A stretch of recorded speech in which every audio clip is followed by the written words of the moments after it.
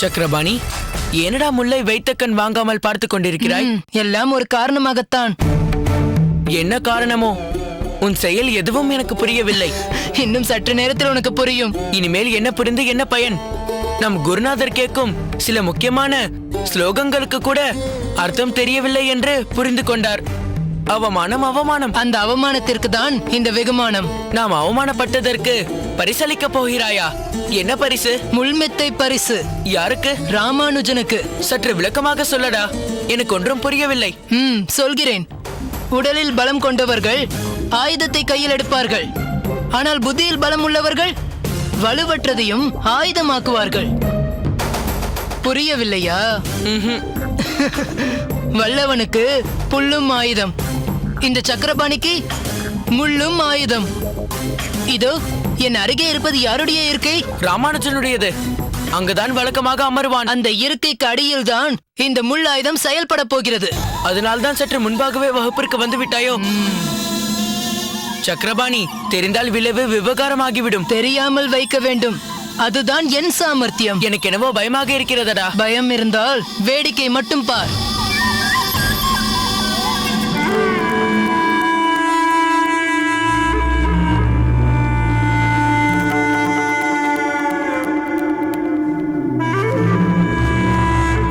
இப்போது முள் எங்கே இருக்கிறது? அந்த பாய்க்கு அடியில். அது நம் இருவருக்கு மட்டும்தான் தெரியும்.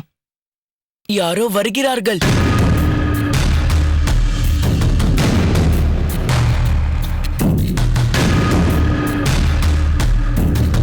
இது யாரடா புதிதாக ஒருவன்? யாருக்கு தெரியும்? ராமானுஜனை ஒட்டியபடி வருகிறான். ஒருவேளை அவனுக்கு அனுஜனாக இருப்பான் போலும். கைத்தாங்களாக அழைத்துச் செல்ல ஒருவன் பத்தாது என்று இவன் வந்திருக்கிறான் போல் இருக்கிறது.